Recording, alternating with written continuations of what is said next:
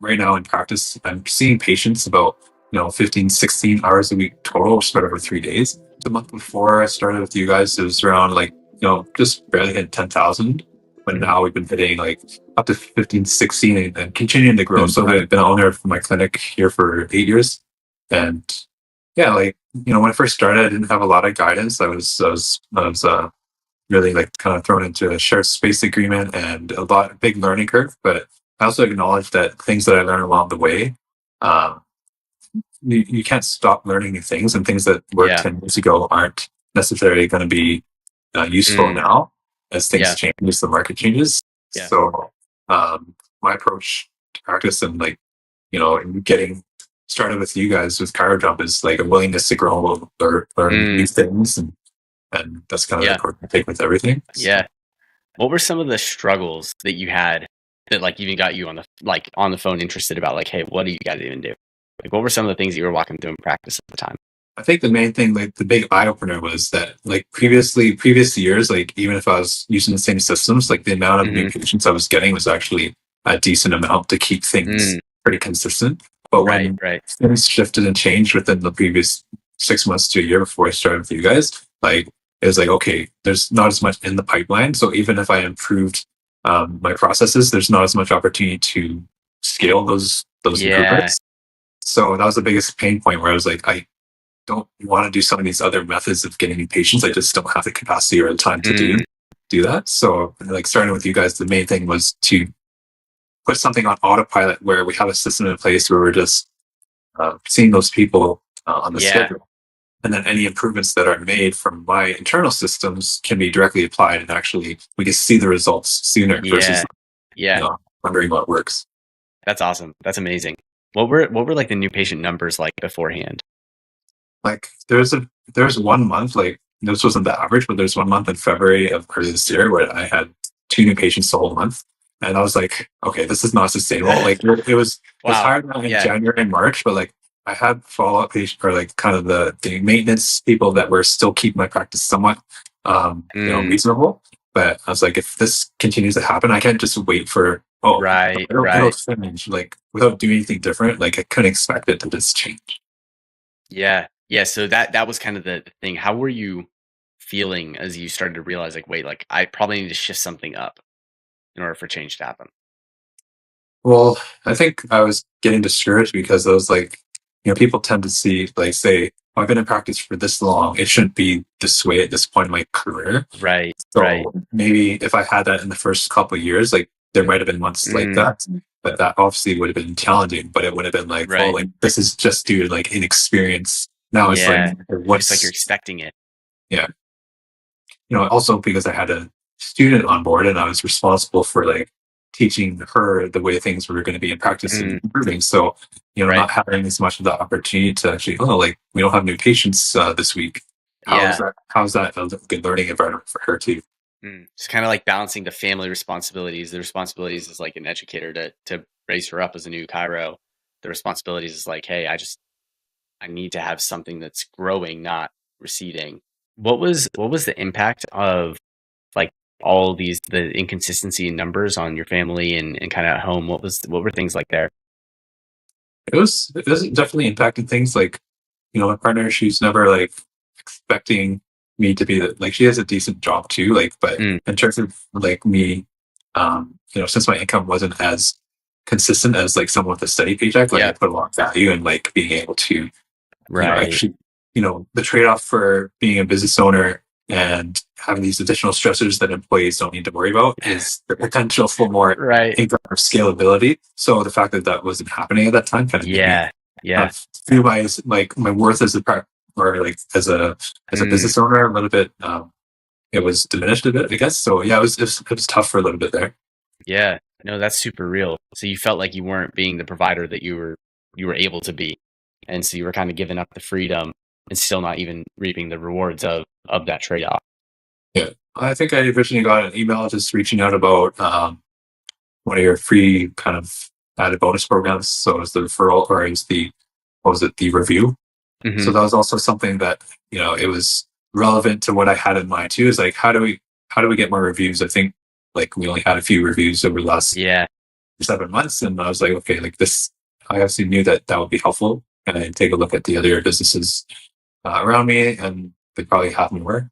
So that was also something, if you like we're offering a solution to that problem, like I'm of course interested to hear, especially for this like, foot in the door kind of offer, even if I don't end up doing I didn't even know what you guys were all about at that time. I just like Yeah. I didn't know what the service was in terms of Yeah. signing up for your program. I just knew that, if this is going to benefit my review numbers, then Hmm. I'll just take a look.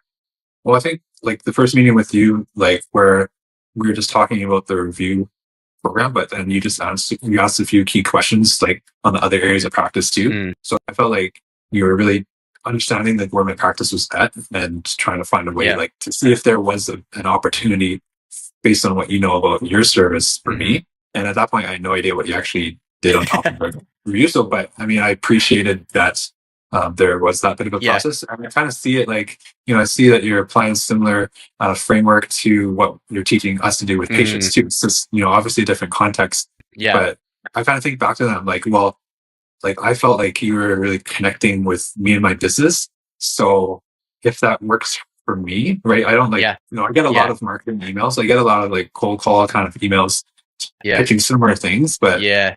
they're all talking about, they don't talk about what they do and say, if you're interested, then do this. But this was a Mm. different approach, right? It was like you were actually understanding of where I was at in practice. Yeah. And then, so if I can apply the same concepts to people that I'm selling, I guess, like they would feel the same way that I felt. Yeah. So I'm just like that.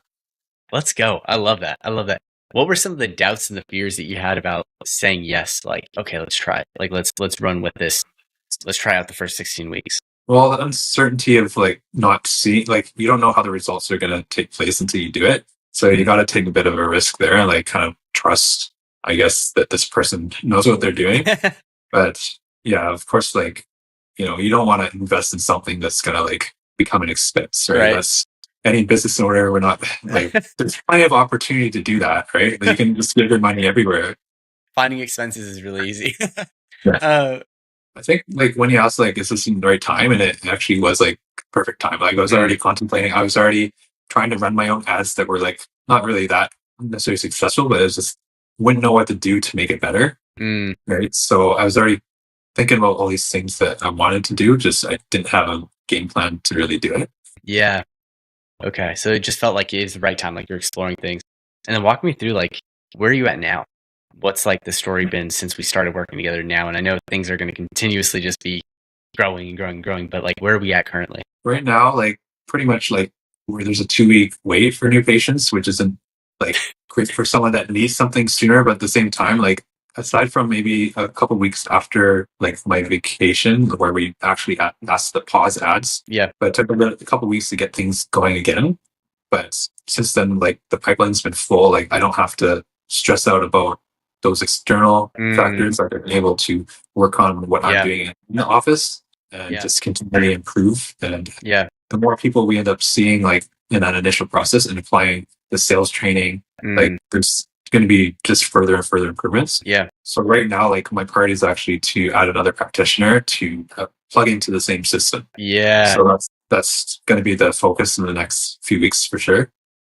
Yeah, I think the month before I started with you guys, it was around like, just barely hit 10,000, like for a few of those months. I think the average over a 12-month period was probably 10 or 11. But Mhm. now we've been hitting like up to 15, 16 and continuing to grow. So there's still Mhm. like capacity for more. And if I add a new practitioner, that can scale up even more. But Mhm. it's definitely been a big improvement and it's taken a lot of like pressure off, I guess, like Yeah. on their aspects of my life. Yeah. And I think one thing I'd love if you can share a little bit more about like your work life balance and kind of the amount of time that you actually are spending in practice. Because you're not there 60 hours a week, right? Like Yeah. you're like minimal practice. Every single second in practice is like productivity. Yeah. So can you walk through that a little bit? Yeah, so I have a 5-year-old son and I do drop offs for his kindergarten 4 days a week. I'm doing a lot of the meal preparation, a lot of the stuff that I don't want to do on the weekends when he's home. I try to take care of during the day. I'm also a marathon runner. I do a lot of training. So I fit that in. Like right now, I'm not training quite as much, but typically I'd be running like at least 6, 7 hours a week. So that takes up a lot of like, that's a priority for me as part of my identity. Is I attract a lot of runners in my practice that Yeah. way too. but it also is something that keeps my mind clear, keeps my stress low, and gives me direction. My alone Yeah. time, I guess. Yeah. So yeah, I'm busy with a lot of those other things. I don't want to spend Yeah. the weekends like doing grocery shopping. I don't want to spend the weekends running errands if I don't have to. So I try to do that during the week. So right now in practice, I'm seeing patients about 15, 16 hours a week total, spread over 3 days. So it doesn't Hmm. seem like much, but there's still a lot of availability. Like there's still the Hmm. times that are available for people. And then I have another doctor that's here part time 2 days a week. And then so if we add another practitioner, there's a capacity to do that and a capacity to Hmm. scale the scheduling. Yeah. Yeah, it feels good to have like someone on your in your corner, I guess, like not actively there, but like working on things that can be improved Hmm. and provide feedback and just like working as a partner versus when I was first starting practice, like it was really like just me and I had no experience and really nothing to work Yeah. with. So yeah, it was little bit isolated in that Hmm. situation.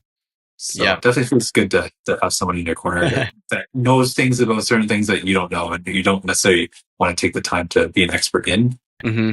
How is this growth and the shift in perspective and even just time that you're able to not be worrying about the business and instead be with the family? Like, how's that impacted your family? How's that impacted you personally? Can you walk me through that? With a 5-year-old, like it's very important right now to be present, right? Like Yeah. there's a lot of emotions. Like he started kindergarten a couple of months ago, and I know that if my mind is somewhere else and he needs Mm. my attention, that's when some of these emotions may come up. So I want to frame like be a good like kind of model like proper Mm. behavior, like be present with him. Hmm. So not having to really stress out too much outside of my designated business hours. Like when he's home, Yeah. like when we're on Yeah. vacation, I don't need to. I can be more Yeah. present for pretty much whatever. Totally. Yeah. 100%. Yeah, so I think the biggest thing that was unexpected when I first started was the sales training aspect Mm. because like I've seen a lot of different talks and seminars, things like that are maybe helpful for that aspect, but this was completely different. Like in how you mentioned in the first couple of meetings we had, got to be willing to get out of your comfort zone, Yeah. and I'm always willing to do that. But like seeing through this process and actually going back and seeing how things have improved. Like there were a couple instances where someone had an initial appointment when we first started Hmm. with Chiro Jump, and for whatever reason they had to postpone and cancel, or like they went on vacation and they came back. So their second appointment was like 5 or 6 weeks later. But Mm. I look back to my notes and my approach on the first visit over that 6 weeks. It was completely different from the people that had that like had the same, the report on the same day, but Yeah. their appointment was the week before. So over that 4 or 5 week period, my approach to the initial appointments was way different. I was able to connect with them a lot better. And Yeah. like, so I looked at that. I looked at that one that had the big gap. I'm like, what's it doing? Like, I didn't get any information. Like, this is what I've been doing, for years now with everyone Yeah. else. So yeah, like I can see how, if my retention numbers were the way they were, like that's a pretty clear indication of why. Yeah.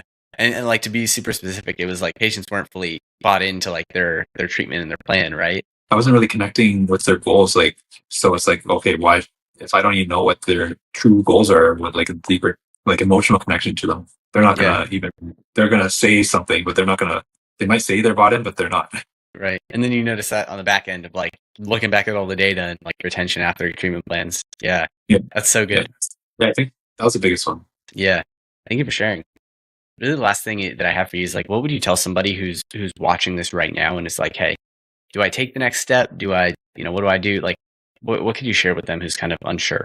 I would say like if you're the person that's willing to change, willing to make changes that are uncomfortable, and if it's something where do you feel like your practice the way it is now is sustainable and you'd be happy with it? If the answer is no, then it's worth at least taking a closer look or doing something different. Because Yeah. yeah, things aren't just gonna change by doing the same things over and over. Mm, so good. So good. Yes. So if you're watching this and you're like curious about that, like, hey, maybe something does need to change because I've been hovering around the same spot for a while. Maybe my skills, I'm just not okay with the connection I have and the skills that I have here. And you're looking to grow, not just in your practice growth, but also in your personal growth and also in your ability to have conversations and get patients excited about care and so forth. If you're that kind of person, just book a time. Worst comes to worst, we'll give you one of our free campaigns for you and then send you on your way and say we can't help you. But best case scenario, we can work with you, help you actually accomplish, that growth in your skill set, in your practice, in your life, so that you can have the financial, the time, the impact that you're looking for. So book a call and we'll go from there.